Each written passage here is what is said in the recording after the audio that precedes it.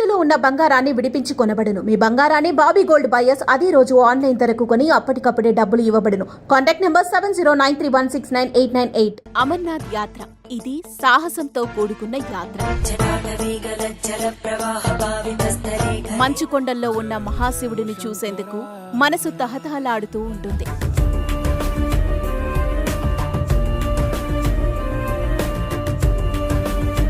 సముద్ర మట్టానికి వేల అడుగుల ఎత్తులో ఉండే మహాశివుడిని దర్శించటం కోసం ఎన్నో వ్యయ ప్రయాసాల కోర్చి భక్తులు వస్తూ ఉంటారు.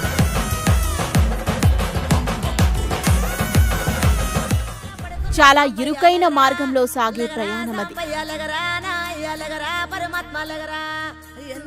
ఒక పక్క ప్రకృతి సౌందర్యం మనసుకు ఆహ్లాదాన్ని కలిగిస్తూనే ఉంటుంది. కానీ అదే ప్రకృతి ఉన్నట్టుండి జోరు వాన కురవచ్చు, లేదా విపరీతమైన చలిగాలి వీచొచ్చు. అదీ కాదంటే పైనుండి వచ్చే వరద వల్ల నడక మార్గం ఇబ్బందిగా మారుతుంది కూడా. ఎత్తైన కొండల అంచున సాగుతుంది ఈ అమర్నాథ్ యాత్ర.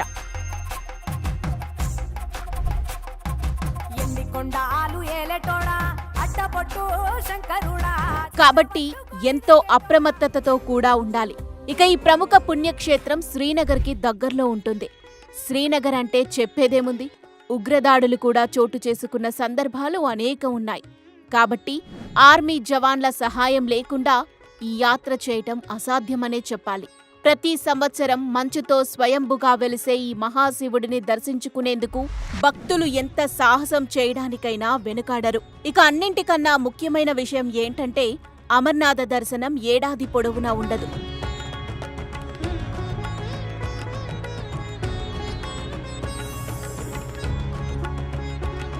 సంవత్సరానికి కేవలం 2 నెలల లోపు మాత్రమే దర్శన భాగ్యం ఉంటుంది. అందులోనూ ఈ యాత్రకు కొన్ని నిబంధనలు ఉంటాయి. ఈ యాత్ర చేయాలంటే డాక్టర్ సర్టిఫికెట్ తప్పకుండా అవసరం ఉంటుంది. మన ఆధార్ కార్డు మనతోనే ఉండాలి. అలాగే అమర్నాథ్ యాత్ర కోసం ముందుగానే ఆన్లైన్లో అప్లై చేసుకుంటే మనకు ఒక గుర్తింపు కార్డు కూడా వస్తుంది. ఆ గుర్తింపు కార్డు లేకుండా మనం ఈ యాత్ర చేయటం అసాధ్యం. అయితే ఈ పర్మిషన్లు ఎలా వస్తాయి? ఎవరెవరు ఈ అమర్నాథ్ యాత్ర చేసేందుకు అర్హులు? అమర్నాథ్ యాత్ర కోసం ఎలా అప్లై చేసుకోవాలి? యాత్రను తేలికగా చేసుకునే మార్గం ఏమైనా ఉందా? వంటి సందేహాలు చాలా మందికుంటాయి. అటువంటి వారి కోసమే ఈ వీడియో.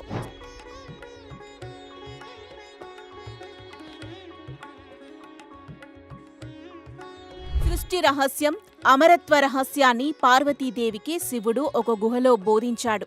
ఆ గుహే ఈ అమర్నాథ్ గుహ.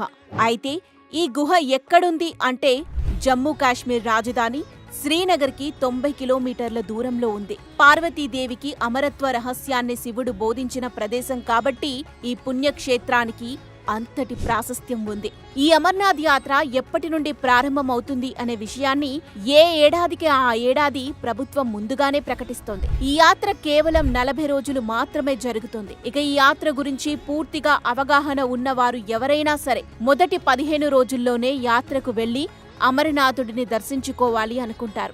ఎందుకంటే 15 రోజుల తర్వాత నుండి మంచు శివలింగం మెల్లగా కరిగిపోతూ ఉంటుంది. మామూలుగా ఈ మంచు శివలింగం ఎత్తు 9 అడుగులుంటుంది. మనం ముందుగానే అనుకున్నాం కదా ఈ యాత్రకు అనుమతులు కొన్ని ఉంటాయని. కాబట్టి ఇప్పుడు వాటి గురించి తెలుసుకుందాం. మన దేశంలో చాలా తక్కువ పుణ్యక్షేత్రాలకు, తీర్థయాత్రలకు ముందుగానే అనుమతి తీసుకోవాలి. అందులో ఈ అమర్నాథ్ యాత్ర మొదటి స్థానంలో ఉంటుందని చెప్పవచ్చు. ఈ అమర్నాథ్ యాత్ర కోసం నేరుగా వెళ్లిపోదామనుకుంటే కుదరదు. ఇందుకోసం SASG Shri Amarnath G shrine బోర్డును ఏర్పాటు చేసింది భారత ప్రభుత్వం. ఈ SASG నుండి అనుమతి పొందవచ్చు. ఈ యాత్రకు 13 సంవత్సరాల లోపు వారు, 75 సంవత్సరాల పైబడిన వారు అర్హులు కారు. యాత్ర పర్మిట్ కోసం 4 పాస్పోర్ట్ సైజ్ ఫోటోలు ఇవ్వాలి. అలాగే కంపల్సరీగా హెల్త్ సర్టిఫికెట్ కూడా కావాలి. ఇక ఈ యాత్రకు వెళ్లాలి అనుకుంటే ఒక అప్లికేషన్ ఫిల్ చేయాల్సి ఉంటుంది. ఇది SASG అనే వెబ్సైట్లోనే దొరుకుతుంది. అక్కడి నుండి డౌన్లోడ్ చేసుకోవాలి. దానికి అవసరం ఉన్న చోట ఫోటోను అతికించాలి. ఆ తర్వాత SASG సిఫారసు చేసిన డాక్టర్ దగ్గరికి వెళ్లి అందులోని టెస్టులు చేయించుకోవాలి.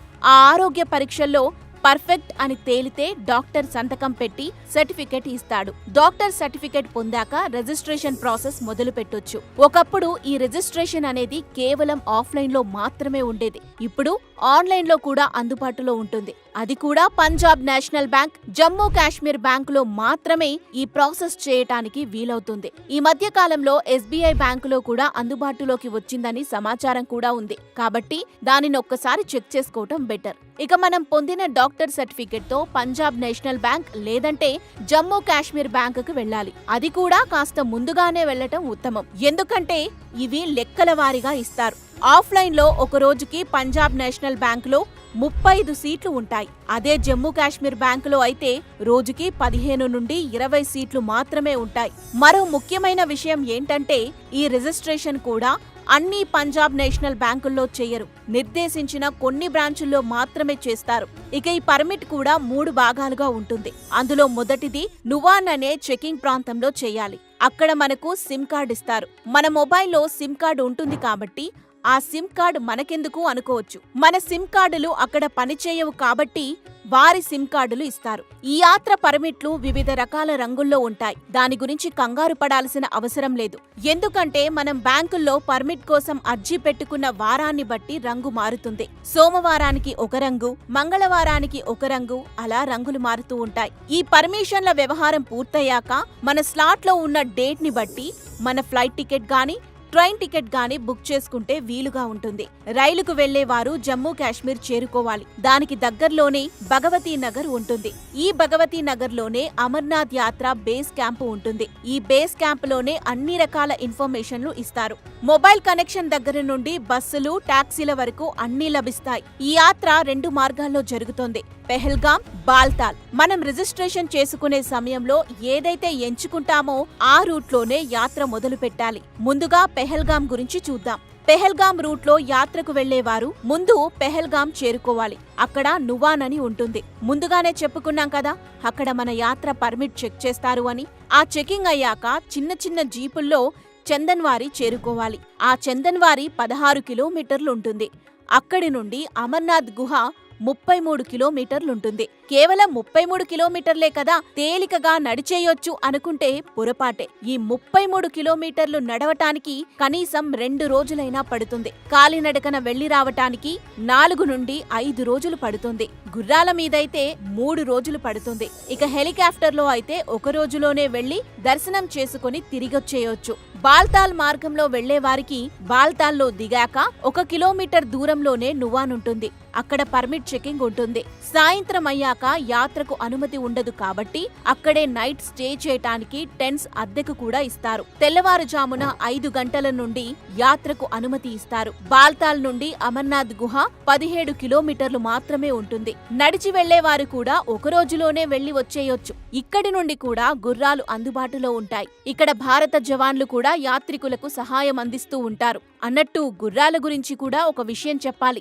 ఈ గుర్రాలను అద్దెకి ఇచ్చే విషయంలో ఒక ఫిక్స్డ్ రేట్ అంటూ ఏమీ ఉండదు. వాతావరణాన్ని, నడక మార్గంలో రద్దీని బట్టి గుర్రాల యజమానులు రేట్లు అమాంతం పెంచేస్తూ ఉంటారు కూడా. ఇక అమర్నాథ్ గుహ వద్దకు చేరుకున్న తర్వాత కూడా అన్ని రకాల సదుపాయాలు ఉంటాయి. కింద ఎలాగైతే టెంట్లు అద్దెకు ఇస్తారో పైన కూడా అదే విధంగా ఇస్తారు. మరి పైన మంచు ఎక్కువగా ఉంటుంది కాబట్టి బాగా మందంగా ఉండే థర్మాకోల్ షీట్లు ఇస్తారు. వాటి మీద పరుపులు వేసుకుని పడుకోవచ్చు. మరి హెలికాప్టర్ల విషయం చెప్పలేదే అనుకోకండి. ఈ హెలికాప్టర్ ని మనం యాత్ర బుక్ చేసుకునే సమయంలోనే అదే వెబ్సైట్ లో అందుబాటులో ఉంటుంది. ఎవరైతే ఈ హెలికాప్టర్ ని బుక్ చేసుకుంటారో వారు యాత్ర పర్మిట్ తీసుకునే అవసరం ఉండదు. కేవలం హెల్త్ సర్టిఫికెట్ తీసుకుంటే చాలు. బాల్తాల్ నుండి అయితే 3 నుండి 4,000 రూపాయలుంటుందని సమాచారం. అదే పెహల్గాం నుండి అయితే 7,000 నుండి 8,000 రూపాయలు ఉంటుందని తెలుస్తోంది. యాత్రికులు భోజనం, త్రాగునీరు గురించి బెంగపడాల్సిన అవసరమే ఉండదు. ఎందుకంటే జమ్మూ కాశ్మీర్లో యాత్ర మొదలుపెట్టిన దగ్గర నుండి చాలా చోట్ల లంగర్లు ఉంటాయి. లంగర్ అంటే ఉచితంగా భోజనం అందించే చోటు. ఉచితంగా భోజనం పెడుతున్నారు కదా అని ఎంత పడితే అంత పెట్టించుకుని పడేయటానికి వీలులేదు. ప్లేట్లో భోజనాన్ని ఖచ్చితంగా పూర్తిగా తినాల్సిందే. ఇక ఈ యాత్ర చేసే సమయంలో వచ్చే ఇబ్బందుల గురించి తప్పకుండా మాట్లాడుకోవాలి. మనం మొదట్లోనే చెప్పుకున్నాం, అమర్నాథ్ గుహ సముద్ర మట్టానికి 1000 అడుగుల ఎత్తులో ఉంటుంది అని. అంత ఎత్తైన ప్రదేశానికి ప్రయాణిస్తున్నప్పుడు కొందరికి గుండె వేగంగా కొట్టుకునే అవకాశం ఉంటుంది. కొందరికి విరేచనాలు, వాంతులయ్యే ఛాన్స్ ఉంటుంది. దాన్ని మౌంటైన్ సిక్నెస్ అంటారు. కాబట్టి అమర్నాథ్ యాత్ర చేసేవారు కడుపు నిండా భోజనం చేయటం మంచిది కాదు. మరి కొండ ఎక్కాలంటే ఓపిక ఉండాలి కదా. కాబట్టి డ్రై ఫ్రూట్స్ తీసుకుంటే శక్తి వస్తుంది. పైగా పైకి వెళ్లే కొద్దీ ఆక్సిజన్ తగ్గుతుంది. కాబట్టి బీపీ ఉన్నవారు జాగ్రత్తగా ఉండాలి. అలాగే యాత్రకు వెళ్లబోయే సమయంలో మీ పర్సనల్ డాక్టర్ని సంప్రదించి వారి సలహాలు, సూచనలు తీసుకుంటే మౌంటైన్ సిక్నెస్ ను నివారించుకోవటానికి లేదా సామర్థ్యంగా ఎదుర్కోవటానికి వీలుగా ఉంటుంది.